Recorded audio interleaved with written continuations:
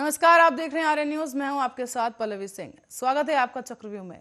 उत्तर प्रदेश में बरेली में कांग्रेस द्वारा आयोजित किए गए एक छात्र मैराथन रैली के दौरान मंगलवार को एक ऐसी भगदड़ मची कि जिसमें कई बच्चे घायल हो गए, जिसके बाद ये घटना एक आपदा में बदल गई।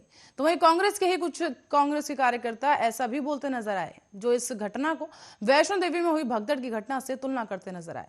बहरहाल तमाम पार्टियां कोरोना के खतरे के बीच चुनावी रैलियां करने से बाज नहीं आ रही। ऐसे में सवाल ये उठता है कि कोरोना महामारी में, इस संकट में महासंकट देश के सामने खड़ा है। कई नेता भी कोरोना की चपेट में आ चुके हैं।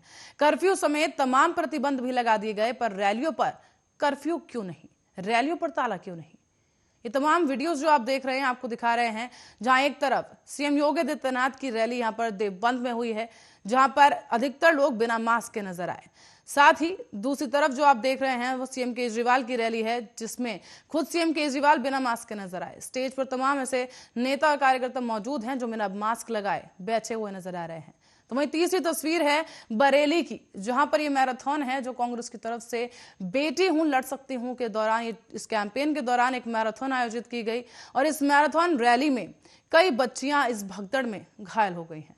ये तमाम तस्वीरें इस वक्त सामने आ रही हैं और सोचने पर मजबूर कर रही हैं कि आखिर सत्ता के लिए लोगों की जान से खिलवाड़, वो भी इस वक्त जब कोरोना महामारी सर पर खड़ी है, ऐसे में रैलियां कितनी जरूरी हैं, इस पर प्रतिबंध कौन लगाएगा? और खुद चुनाव जिस तरीके से नजदीक आ रहे हैं, ऐसे में पार्टियों की जिम्मेदारी कितनी ज्यादा बढ़ जाती है। ये तस्वीरें देश की दिग्गज पार्टियों के दिग्गज नेताओं की रैली की है। एक तरफ सभी नेता मास्क जरूरी, सामाजिक दूरी की अपील करते हैं और दूसरी ही तरफ खुद बिना मास्क लगाए नजर आ रहे हैं। तो वहीं आपको बता दें कि ताजा आंकड़े भी हम आपको दिखाना चाहेंगे कि इन चुनावी रैलियों का जो असर है वो यूपी में खासतौर पर किस तरीके से पड़ा है।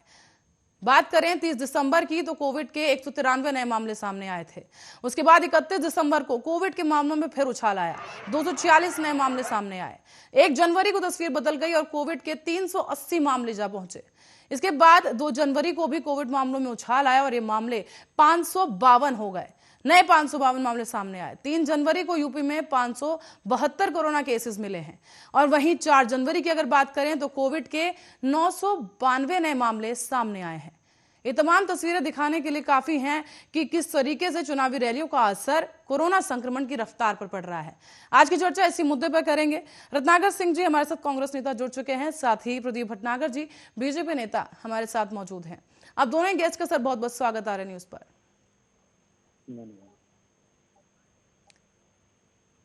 तो प्रदीप जी, सरकार कह रही है सामाजिक दूरी जरूरी है, मास्क जरूरी है, पर जो तस्वीरें हमने देखी, जो आपको दिखाई, कैसे देखकर आप कहेंगे कि नियमों का पालन हो रहा है? खुद सीएम योगी आदित्यनाथ देवबंद में जब रैली करने गए तो मंच पर तमाम नेता थे उनके साथ मौजूद, लेकिन बिना मास्क के। बिल्कुल बिल्कुल, मैं आपकी बात से बिल्कुल सहमत हूँ। बिल्कुल टीवी में प्रसारित हुआ, सब चीजें देखी भी हैं। ऐसा नहीं कि टीवी बैठ के मैं गोलमोल बातें झूठ बोल दूंगा, मगर जो आप सामाजिक दूरी की बात करें वो भी दूरी कायम रख रखी थी उसमें, वो भी देखा जाए पहले चीज तो।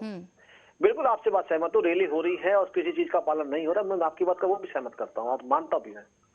मगर भारतीय जनता पार्टी जितने कार्यक्रम उत्तर प्रदेश के अंदर करे या जहाँ भी करे, उसमें बाकायदा जो हमारे कार्यकर्ता, प्रमुख कार्यकर्ता है, उनको इस चीज का दिशा निर्देश दिया गया। जितने भी आपके कार्यकर्ता साथी जो रैली में और कार्यक्रम में आ रहे हैं, उसको बाकायदा मास्क दिया जाए और मास्क जो है मंडल स्तरों पे बांटे गए, वार्ड स्तरों पे बांटे गए इस चीजों को लेकर। पर सर, मास्क कहाँ लगाए हुए दिख रहे हैं आपको? हाँ, तमाम रैलियां हमने यहाँ पर देखी हैं, बिना मास्क के किसी तरह का कोरोना प्रोटोकॉल का कोई पालन नहीं हुआ। इसके बावजूद धड़ाधड़ रैलियां चल रही हैं।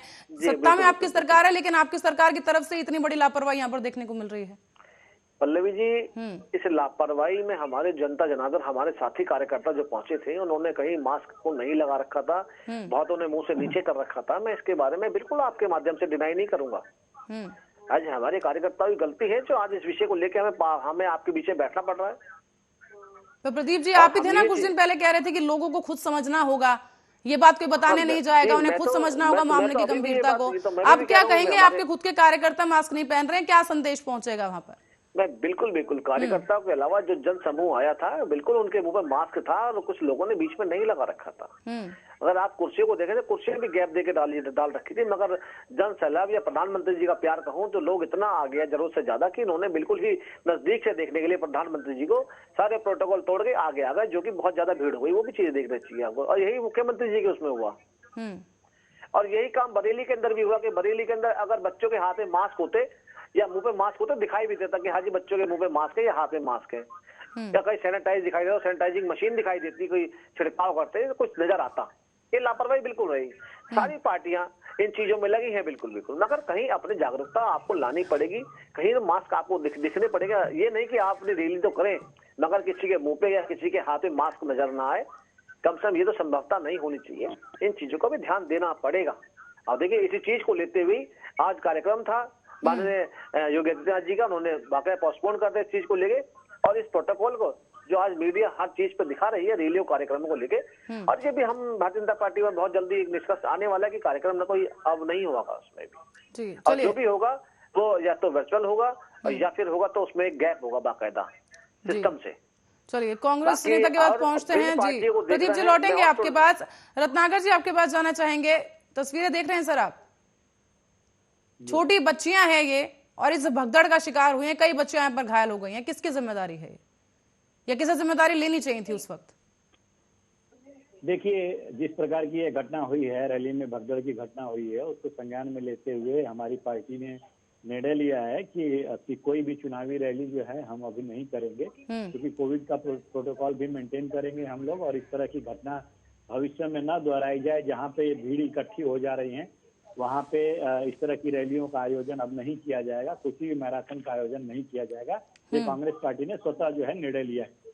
रही बात वहाँ पे जो भगदड़ मची हुई है, मैं आपको एक चीज बता देना चाहता हूँ कि हमने वहाँ पे सीमित मात्रा में एक ग्राउंड के अंदर परमिशन ले रखी थी जहाँ पे लड़कियों को आना था और रैली का आयोजन करना था, लेकिन जैसा कि हमारी लड़की हूँ लड़ सकती हूँ का जो नारा दिया गया है और जिस तरह से उत्साह देखा जा रहा है लड़कियों का, महिलाओं का, एक हुजूम जो है कांग्रेस पार्टी के साथ जिस तरह से जुड़ता हुआ नजर आ रहा है, तो वैसे ही एक हुजूम जो है वो बढ़ गया वो वहाँ पे, और जिसको कंट्रोल नहीं कर पाया गया। हम उम्मीद कर रहे थे जिला प्रशासन से। सर आपने बड़ी आसानी से कह दिया कंट्रोल नहीं कर पाया गया, लेकिन आप देखिए क्या ये कैंपेन सफल हो पाता? क्या ये बच्चियां लड़ पाएंगी कोरोना वायरस से?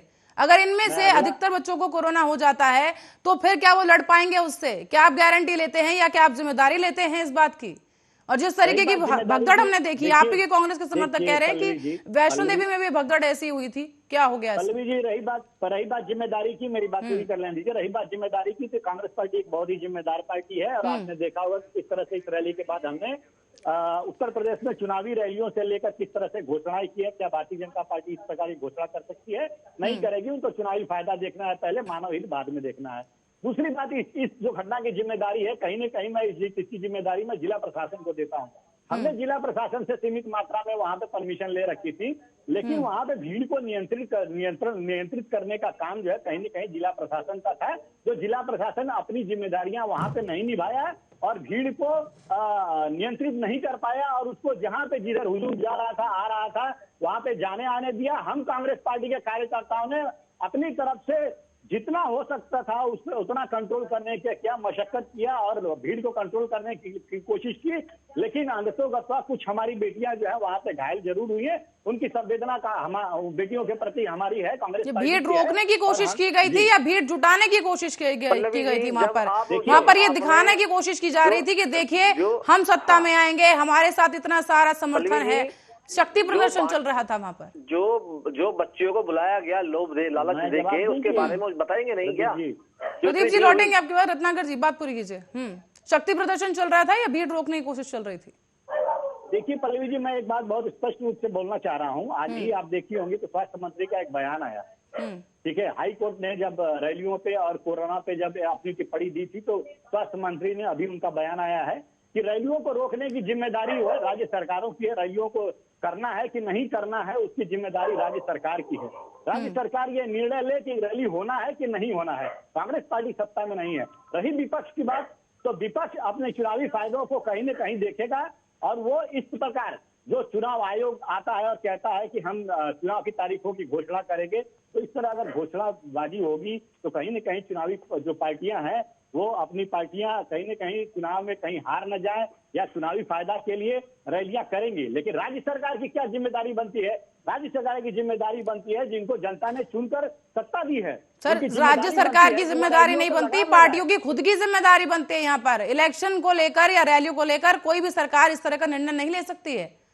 चलिए प्रदीप जी, आप कुछ कहना चाह रहे हैं? पल्लवी जी, मैं कहना चाह रहा था कि बिल्कुल जो जिलाधिकारी ने मैराथन की परमिशन दी थी, मगर बहुत सीमित जो बच्चों की दी गई थी।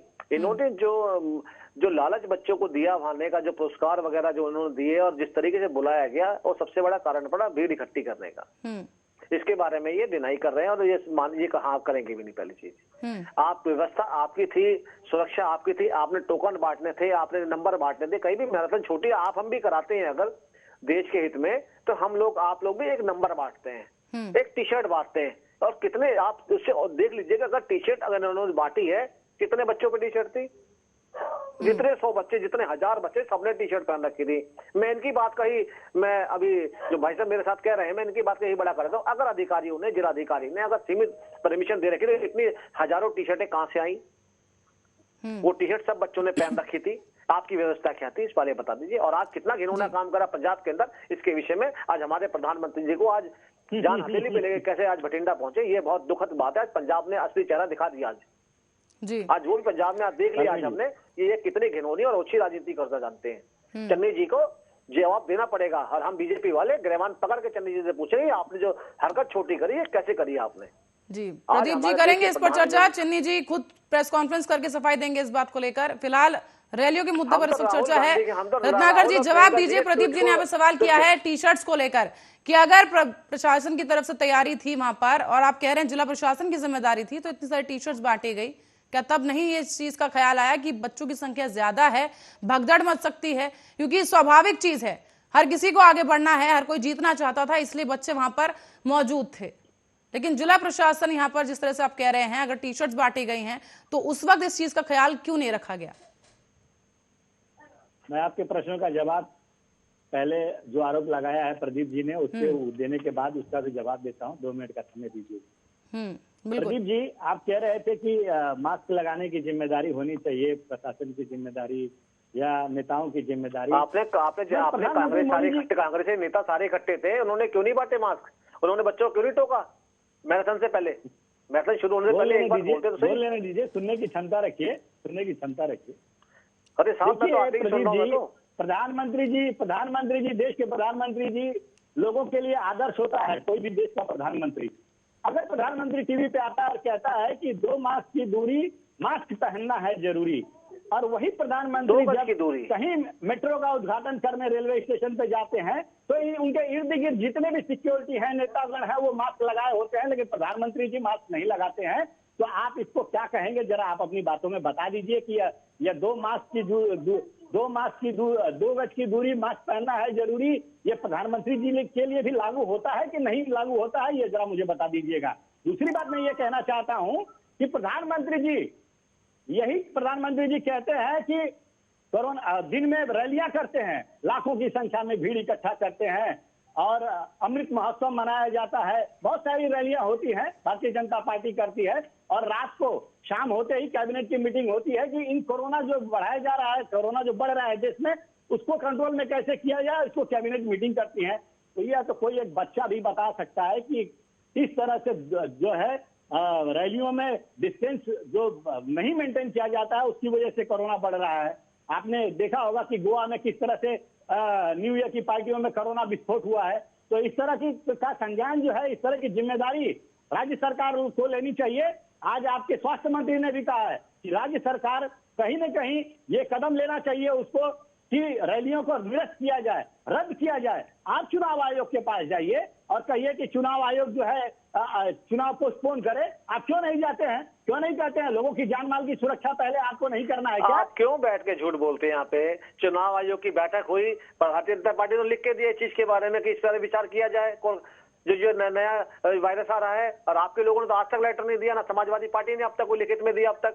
उन्होंने तो आपसे मांगे थे, संशोधन मांगा था, विषय पे यहाँ पे चर्चा के लिए बोला था।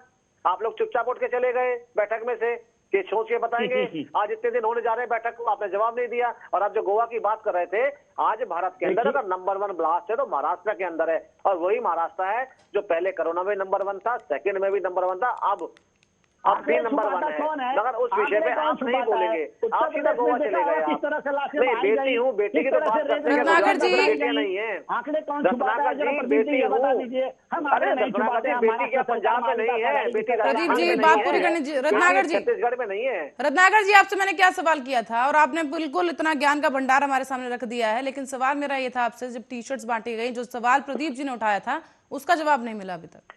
देखिए पल्लवी जी, 200 बच्चों की वहाँ अनुमति थी केवल मैराथन के अंदर। बोलेंगे पहले प्रदीप जी बोले, चाहे मैं बोलूं? प्रदीप जी नहीं, आप ही का सवाल है, मैं प्रदीप कर रहा जी चाहेंगे आप जवाब तो मिल जाएगा। जी जी, नहीं मैं कह 200 बच्चों का था वहाँ मैराथन में केवल, तो इतने 1000 टी शर्ट कहाँ से आ गई? बस मेरा और कोई सवाल नहीं है। चलिए उसी का जवाब ले रहे हैं प्रदीप जी। जी रत्नाकर जी, मैं ये पूछना चाहता हूँ, भारतीय जनता पार्टी की जो वहाँ पे सरकार है, योगी सरकार, वहाँ पे अगर हम लोगों ने परमिशन लिया था तो वहाँ पे जो इतनी मात्रा में भीड़ इकट्ठा हुई, वहाँ जिला प्रशासन क्या कर रहा था? ये प्रदीप जी आप बता दीजिएगा मुझे जरा, कि जिला प्रशासन क्यों नहीं वहाँ पे कोई संज्ञान लिया? प्रशासन आपके नेताओं की सिक्योरिटी में लगा रहेगा, आपकी नेताओं की रैलियां जहाँ पे होगी प्रशासन सिर्फ वहाँ पे लगा रहेगा। हमने प्रशासन से मदद मांगी, प्रशासन ने क्यों नहीं उचित मदद दिया वहाँ पे? तो ये है वहाँ पे भगदड़ जो हुई है, इसका मुख्य कारण ये है, रैलियों में टी शर्ट बांटा गया है, लोग पहने हैं, जिनको इनाम देना था वो दिया गया, वो देने का काम किया गया, लेकिन वहां पे भीड़ को नियंत्रित करने की जिम्मेदारी किसकी थी? वो जिला प्रशासन की थी। ये जानबूझ के वहां पे देरी किया। चलिए रत्नाकर जी, प्रदीप जी, आप दोनों से ही मेरा ये सवाल है इस वक्त। चलिए एक दूसरे पर आरोप प्रत्यारोप चलता रहेगा, लेकिन कोरोना इस वक्त जो है, इस वक्त सबसे बड़ी जो समस्या है वो देश के सामने खड़ी है। दिल्ली के सीएम केजरीवाल कोरोना संक्रमित हो गए, बीजेपी के खुद के सांसद मनोज तिवारी संक्रमित पाए गए हैं, केंद्रीय मंत्री महेंद्र नाथ पांडे कांग्रेस के जो हैं दीपेंद्र हुड्डा वो भी संक्रमित पाए गए हैं, तमाम नेता जो है संक्रमित हो रहे हैं, तमाम रैलियां भी चल रही हैं। क्या लगता है इसका क्या असर होने वाला है? इसके बाद भी आप यही कहेंगे कि भैया रैलियां होनी चाहिए, हमारा काम नहीं है, राज्य सरकार रोके, इलेक्शन कमीशन कूद पड़े बीच में, या फिर सुप्रीम कोर्ट से निर्देश निकाला जाए कि भैया रैलियां बंद हो जाए? देखिए पल्लवी जी, हम उत्तर प्रदेश के अंदर वैक्सीनेशन को लेकर बहुत स्पीडली काम कर रहे हैं और हमारी पूरी निगाह जिला स्तर पे है कि हमें क्या करना है, पूर्ण सजग है। महाराष्ट्र की सरकार की तरह सीएम की तरह 2 साल से घर से बाहर नहीं निकले, उस तरह के सीएम नहीं है हमारे। पहली चीज तो मैं बता दूं। दूसरी चीज आप देखिए, अगर आप दिल्ली की बात करें, दिल्ली के सीएम पंजाब 3 दिन जाते हैं और दिल्ली की स्थिति क्या छोड़ के जाते हैं? आज खुद कोरोना में है, दिल्ली की जनता को छोड़ के चले गए। आज दिल्ली में सेकंड नंबर विस्फोट है आज इस चीज को लेके। फर्स्ट नंबर महाराष्ट्र तो है ही है, अब सेकंड दिल्ली आ गया है। तो वो सीएम देखिए क्या सीएम बनेगा पंजाब का, जो अपने दिल्ली की जनता को पूर्ण रूप से चीजें नहीं दे पा रहा। वो महाराष्ट्र का मुख्यमंत्री क्या करेगा, जो घर से 2 साल से बाहर ही नहीं निकला और नवाब मलिक जैसे सरकार चला रहे हैं, जो चीजें दिखती सामने। देखिए कोरोना का टाइम है, हमारी खुद जितनी हमारी सरकार प्रदेश के अंदर है या और विभिन्न सरकारें हैं, इन चीजों पे सजगता से काम कर रही है। मैं अपने उत्तर प्रदेश की बात करूं तो हम लोगों ने हर जिला स्तर पर डीएम और एसडीएम जितने भी अधिकारी हैं उन चीजों को बारीकी से लगा रखा है। जैसे गाजियाबाद जिले में 5 अभी केसेस मिले, वो भी बाहर से आए हुए थे। अगर मैं इनसे पूछूं आपके प्रदेशों के अंदर आप वैक्सीनेशन ढीली क्यों चल रही है, तो ये बताएंगे नहीं। तो मैं इन चीजों पर कहना चाहूंगा कि हमें जनता को भी और सरकारों को भी सजग रहना पड़ेगा और अपने कार्यक्रमों में स्थिरता और दूरियां बना के रखनी पड़ेगी। किस तरह दूरियां बना के रखी जाएंगी प्रदीप जी? इस तरह से जो हम वीडियो देख पा रहे हैं, उत्तराखंड में ही गए थे सीएम केजरीवाल रैली करने के लिए, उसके बाद दिल्ली आए हैं, गोवा गए हैं, पंजाब गए हैं, संक्रमित पाए गए, खुद मनोज तिवारी भी संक्रमित पाए गए हैं। ऐसे में किसकी गारंटी है कि वैक्सीन की लग गई है तो अब कोरोना संक्रमण नहीं होगा? देखिए वैक्सीनेशन की बात तो ये है कि ये जो अभियान चलाया गया था उसमें किस तरीके से कांग्रेस ने अपना कल्चर और अपना सिस्टम दिखाया और अपनी राजनीति दिखाई, वो भी सब देखिए। पहले चीज हम लोगों के जितने कार्यक्रम अभी रैलियां सभाएं हुई है उसे बाकायदा कुर्सियों को गैप देकर बैठा हुआ था, मगर जो जनता है जो प्यार करते हैं प्रधानमंत्री से, मुख्यमंत्री आपने देवबंद की रैली देखी थी सीएम योगी आदित्यनाथ की, या मैं दिखाऊं आपको एक बार फिर से? नहीं मैंने बिल्कुल देखी थी, बिल्कुल स्टेज पे देखा था ना आपने, क्या नजारा था? खुद बिना मास्क के सबने मास्क हटाया हुआ था वहां पर उस वक्त, और कितने लोग वहां पर मौजूद थे, बच्चे आगे की रोज में बैठे हुए हैं। बिल्कुल मैंने देखा था, मैं वही कह रहा हूं। और अभी आपने आंकड़े भी जरूर देखे होंगे उत्तर प्रदेश में किस तरीके से 4-5 दिनों में ही आंकड़े सीधे 193 से लेकर 900 के पार पहुंच चुके हैं। ये सिर्फ 5 दिनों के आंकड़े मैं आपको बता रही हूँ। उसीलिए ही जो कार्यक्रम थे जो आदरणीय योगी जी के, उनको पोस्टपोन कर दिया है हम लोगों ने, और इन चीजों पे अभियान बैठकें चल रही है लखनऊ के अंदर। चीजें मैं बता दूं, मैं हम लोगों को वो लापरवाही नहीं, क्योंकि उत्तर प्रदेश का बहुत बड़ा भूभाग और बहुत बड़ी भूसंख्या है, उस पर ध्यान देना है। और हमने तैयारी इतनी मजबूत कर रखी है कि पहले चीज तो हम चीजों को आगे बढ़ने देंगे नहीं। चलिए, तैयारियों को लेकर यहाँ बात कर लेते हैं। रत्नाकर जी, डिजिटल रैली को लेकर जो है जोर दिया जा रहा है, क्या कांग्रेस की तैयारी पूरी है कि डिजिटल सभा अगर होती है तो उसकी तरफ रुझान ज्यादा हो जाए ताकि इस संक्रमण से बचा जा सके? देखिए, कांग्रेस पार्टी पहले कहीं भी जनता के हित के बारे में देखती है। इनकी तरह नहीं है कि रैलियों को जो है पोस्टपोन कर दिया गया। हमने तो कैंसिल कर दिया है, हमने पोस्टपोन नहीं किया। हमने सारी रैलियों को रद्द कर दिया है। पोस्टपोन करने का इनका मकसद ये है कि थोड़े दिन बाद जब मामला सब थोड़ा ठंडा हो जाएगा तो फिर ये रैलियां करेंगे। तो इनकी जिम्मेदारी तो इतनी बनती है। हमारी बोल लेने दीजिए सर, प्रदीप जी, बात बोल लेने, उनके बारे में बोलने दीजिए। रत्नाकर जी, देखिए कहीं न कहीं अगर जनता के हित के लिए अगर है कि हम लोग डिजिटल रैलियां करेंगे तो वो कहीं न कहीं अच्छी चीज है। हम डिजिटल प्लेटफॉर्म यूज करेंगे रैलियों के लिए, सोशल मीडिया यूज करेंगे के लिए। क्या जरूरत है? 5 साल अगर यह सरकार काम करती है तो उसको रैलियों में भीड़ इकट्ठा करके बताने की क्या जरूरत है? लोगों को तो पता है इनकी सच्चाई कि किस तरह से गंगा में लाशें तैरी, किस तरह से रेत में लाशों को दबाया गया, किस तरह से पैदल हुजूम जो है सैकड़ों किलोमीटर दूर कोविड में चल के गए, किस तरह से लाखों लोग मर गए। ये जनता को रैलियां इकट्ठा करके बताने की भारतीय जनता पार्टी को जरूरत नहीं है। लोग जानते हैं और उसका बहुत बढ़िया से इनको जवाब भी देंगे इस आने वाले चुनाव में।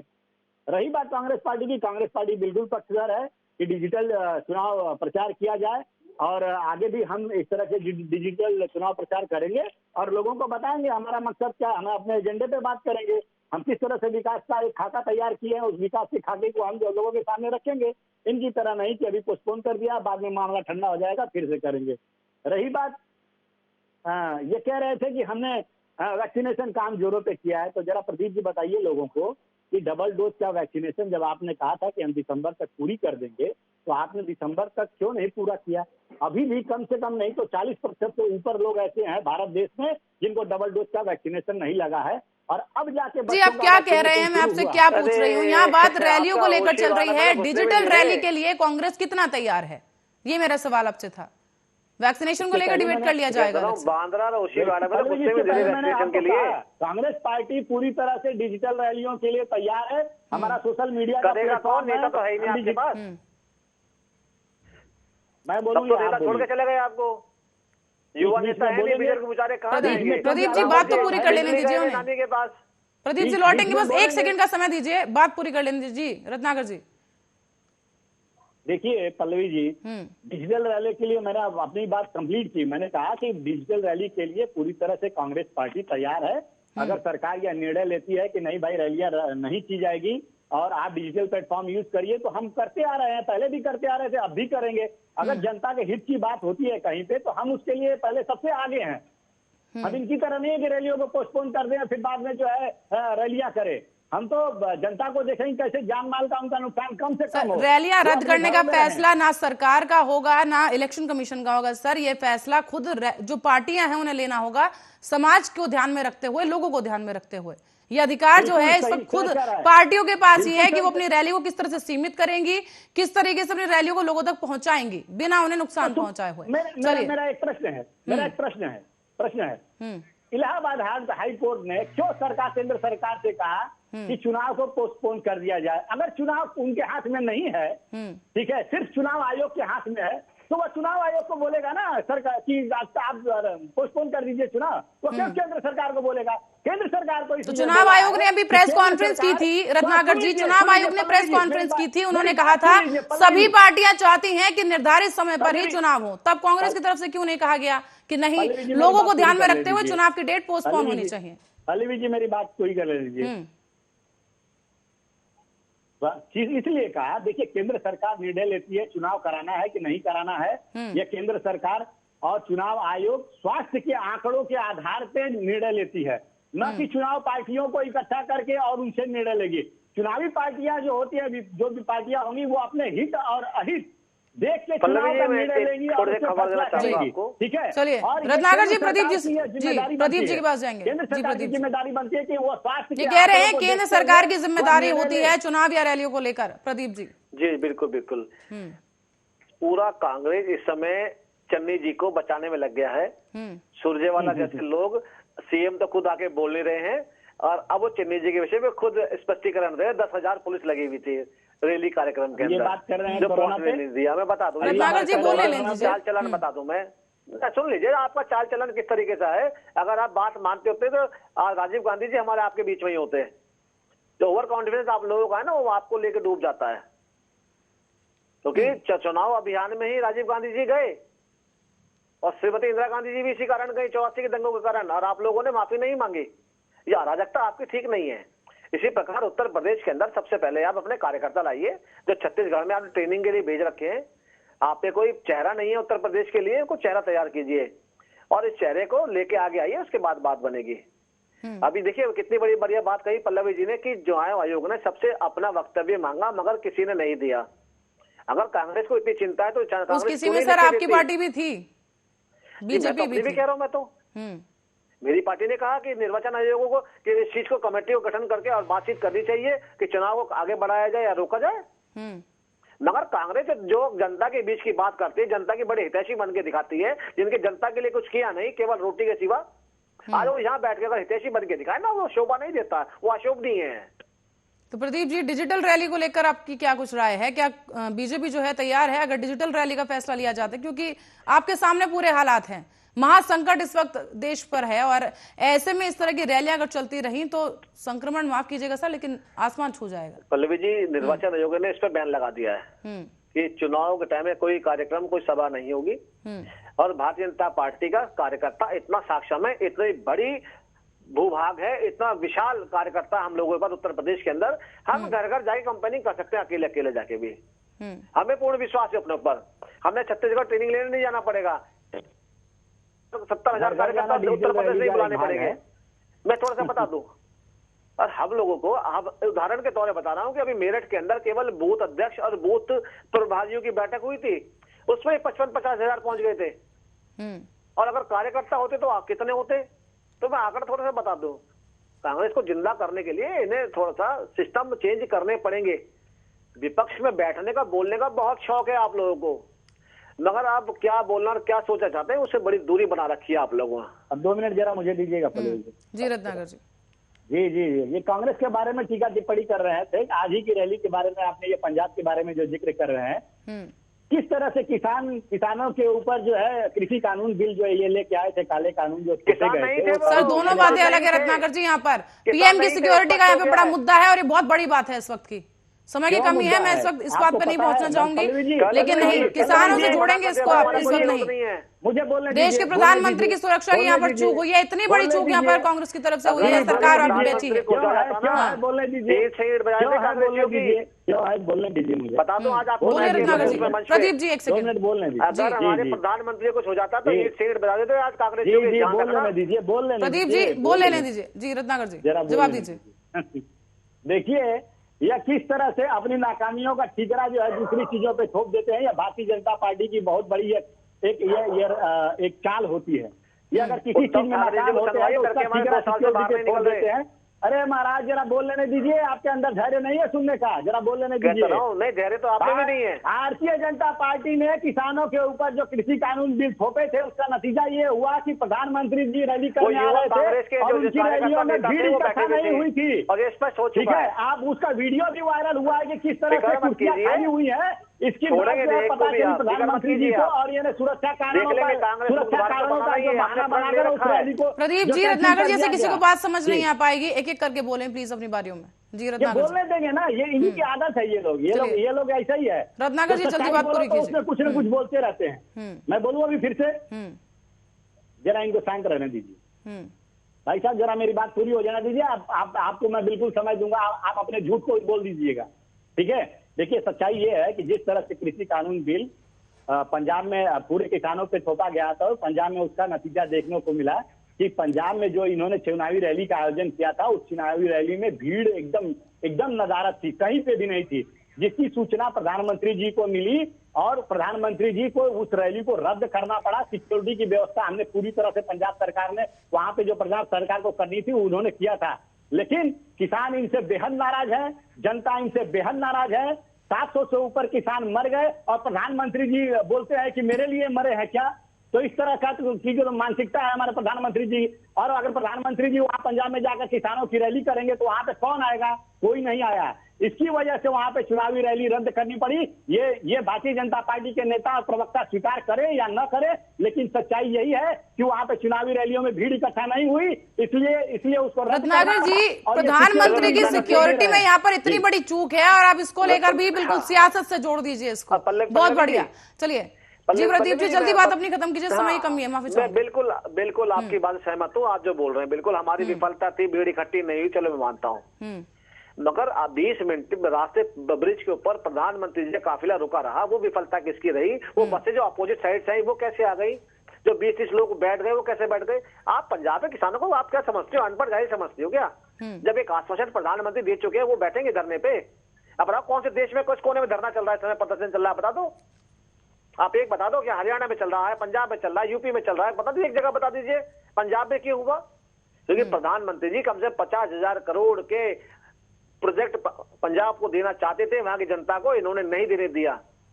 और ये लोग जिस तरीके से आज राजनीति कर रहे हैं, मैं उसका भी एक स्पष्टीकरण दे दूं। पंजाब जो पंजाबी क्षेत्र है जहां पे गुरु नानक देव जी की पूजा होती है, वहां पे 17-18 बात पूरी कर लेने दीजिए। और पंजाब में 20% लोग क्रिश्चियन बन चुके हैं इस 5 साल के अंदर। इनके पास ये आंकड़ा कहां से आ गया? चलिए अरे अब दोनों केस का समय कम है, माफी चाहूंगे। दोनों केस का बहुत बहुत स्वागत आर न्यूज में जुड़ने के लिए। फिलहाल दर्शकों को बता दें कि इस वक्त जो है रैलियों को लेकर माहौल गर्म हो चुका है। हालांकि कई रैलियों को रद्द करना पड़ा है क्योंकि ताजा माहौल को देखते हुए, क्योंकि जिस तरीके से कोरोना संक्रमण की रफ्तार तेज हो चुकी है उसको लेकर के रैलियों पर सोचना इस वक्त बहुत जरूरी हो जाता है। हालांकि बरेली में जिस तरीके से मैराथन में भगदड़ मची और उसके बाद रैली रद्द कर दी गई है प्रियंका गांधी की तरफ से, और इसके बाद भी आपको बता दें कि सीएम योगी आदित्यनाथ की भी रैली जो है रद्द कर दी गई है और पोस्टपोन कर दी गई है आगे के लिए उसको। फिलहाल रैलियों को लेकर अब क्या कुछ नया रणनीति तैयार की जाएगी पार्टियों की तरफ से, वो देखने वाली बात होगी। चक्रव्यूह में फिलहाल के लिए इतना ही। आप बने रहें आर्य न्यूज के साथ।